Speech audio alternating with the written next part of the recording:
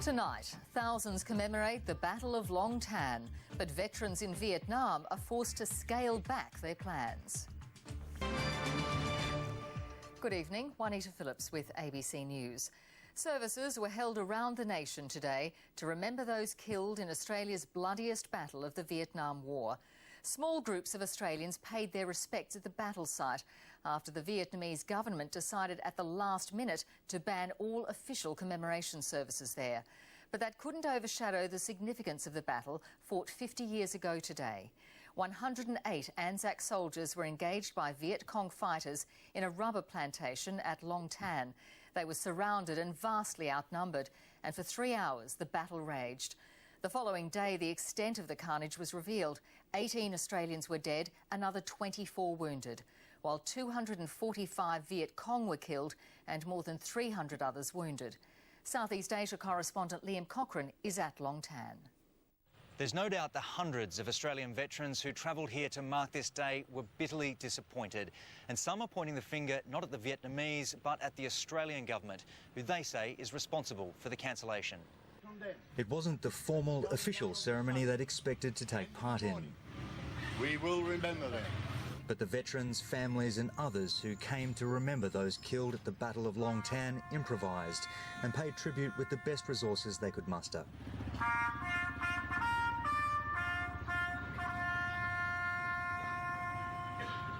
Then they set off for the Long Tan Memorial, unsure of what the day would bring.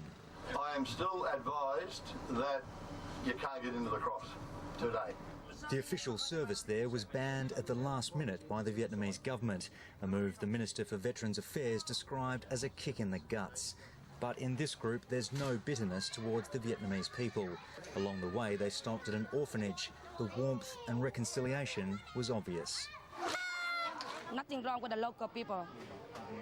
Do you think they want things to go ahead? They want Australians to go to the... Of course, we are. We always love Australia come back. You know, let the past go. We lost 18 men in that battle. No doubt very gallant Australians who fought there. But no one ever talks about the casualties on the other side. And it's their war. They were defending their country. Some of the veterans blamed the Australian government for the cancellation of the service. They've had a go at upsetting the Vietnamese government and managed to do it. That's basically what it boils down to. At the memorial, small groups were allowed in, but there was to be no formal ceremony, no playing of the national anthem, no military uniforms or medals. The lead-up to the anniversary left a lot to be desired, but on the day, nothing could stop these veterans paying tribute to fallen comrades at the site where 50 years ago, so many made the ultimate sacrifice. 7,000 kilometres away from here, the message at the National War Memorial was don't let history repeat itself. Thousands attended a service in Canberra this morning to commemorate the day. Siobhan Hinu was there.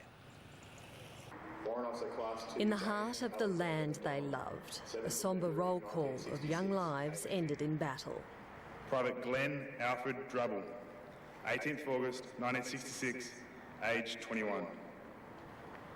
Private Kenneth Howard Gant, 18th of August 1966, aged 21.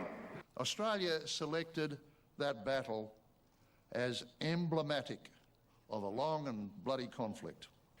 60,000 Australians served in Vietnam. 521 never came home. Today, the sounds of a long-ago war in a far-off place were heard again. Most of the aeroplanes I flew are now in museums, or the War Memorial. It was a chance to see the old birds and some old friends. Some of the fellows I haven't seen for 50 years. Around the country, Australians gathered to commemorate the sacrifices and suffering of Vietnam veterans. Lest we forget. The news earlier this week that Long Tan veterans would finally get gallantry awards for their actions helped assuage bitter memories. Some veterans were harassed or ignored on their return from what was a controversial war. Life was hard in the beginning, as you heard in the speeches, you'd agree with me, and sort of a bit of rejection and that, but slowly it all comes together and you've got to go on with life. It's taken half a century, but with greater recognition of those who fought at Long Tan and ever greater turnouts at events like It means a stronger sense of validation and respect for the entire Vietnam veterans community. And each veteran has his own way of facing the past and the future.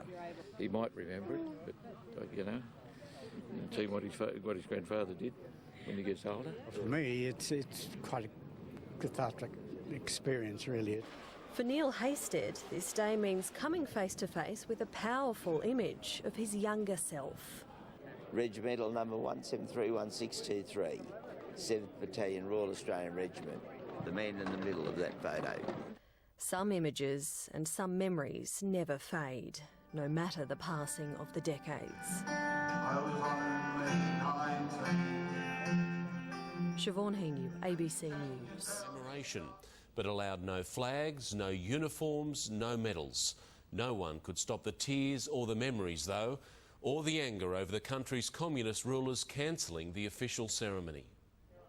Vietnamese authorities decreed Aussies could only visit Long Tan in small groups under tight controls. Hardly ideal for Harry Smith on his first visit back after the war.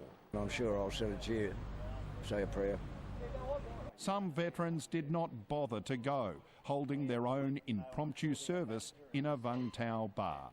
The cancellation of the official service last night infuriated veterans, including the only surviving Victoria Cross recipient from Vietnam. It's very, very sad, and it's sad for the nation. Australia's suffering. Media coverage was banned at Long Tan today. When we tried to shoot on local streets, police intervened. But this was the power of the site for veterans before the media blackout. Just a very solemn occasion.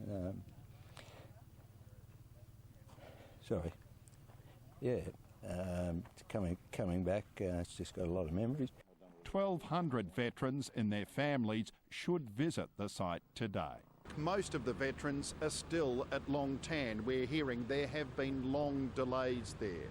When they return tonight, many will attend a friendship dinner with Vietnamese veterans here in Vung Tau. Nick McCallum, 7 News. Surrounded, short of ammunition and facing 2,500 Viet Cong soldiers, 18 Australians were killed. Vietnam has never admitted its losses, anything from 300 to 1,000. A brutal fight during a torrential rainstorm in a rubber plantation, and for some in Canberra today, a memory that can never be erased. 50 years ago today, a Viet Cong bullet pierced Harley Webb's shoulder and lodged in the muscle around his heart. The battle's very raw. You know, you remember it just like it was yesterday. The Albany farmer remembers bleeding, thinking he was about to die in the Long Tan rubber plantation. 2 of his close mates did. A waste of Australian life as it was a silly war. Today, sounds from that war stirred the memories again. Especially when those B-52s flew over, yeah. Brings back things pretty close. The helicopters, they really trigger memories, the old Hueys.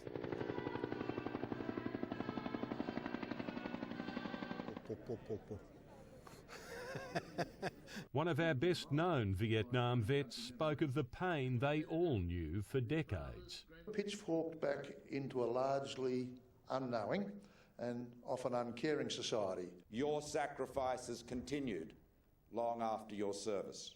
One of the first to die in the madness of Long Tan was a young second lieutenant who had been a trainee camera operator with the 7 network. Gordon Sharp was directing vital artillery fire when the bullet hit him.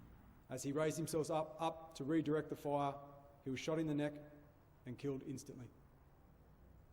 He was 21 years old. Tim Lester, 7 News.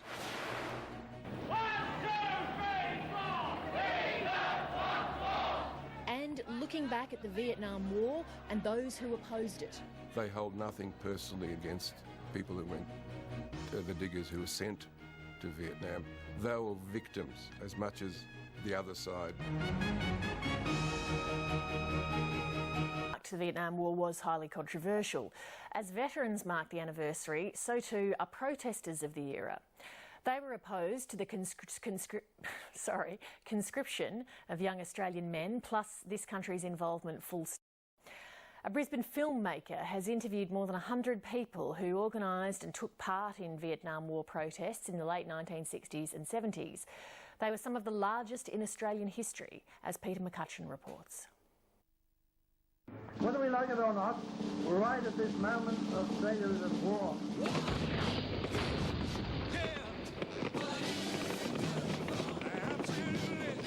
They will be used to search out and kill the enemy.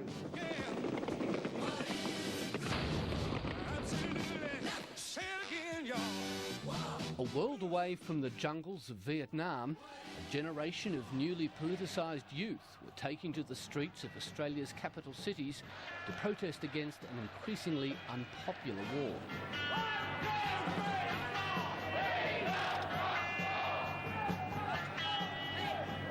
I was active against the Vietnam War.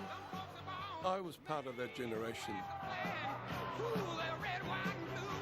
Half a century later, filmmaker Larry Zetlin is still fascinated by this radical chapter in Australian history. In the 83 federal elections, we were under the... He's putting together a documentary, Hell No, We Won't Go, a labour of love with some help from donations. Become green. It'll do that, Your Honour.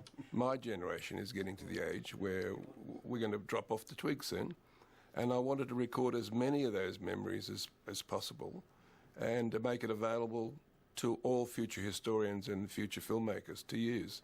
Peace, that's all we want! One of those stories is of former art student Ken McLeod. Now, it gives me great pleasure to introduce Miss Helen Boycey from Castle Hill High School. There was an extraordinary sense of anticipation and solidarity. You know, there was a sense of, oh, we're all coming together. McLeod was the convener of the New South Wales moratorium, which organised a 40,000-strong protest march through the streets of Sydney in May 1970. There were uncomfortable moments. I mean, there were some sections of the media, for example, that were quite hostile. On the day of that moratorium, the Daily Telegraph came out that morning saying, if you see people with moratorium badges, cross over to the other side of the street. Don't have anything to do with them.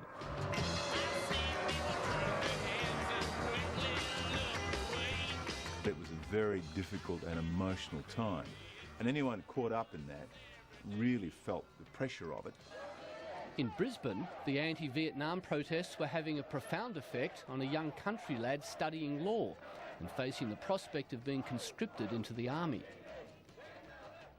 I saw what was happening in the moratorium campaign, the moratorium marches. I saw what was happening with Springbok. That period, I politicised me.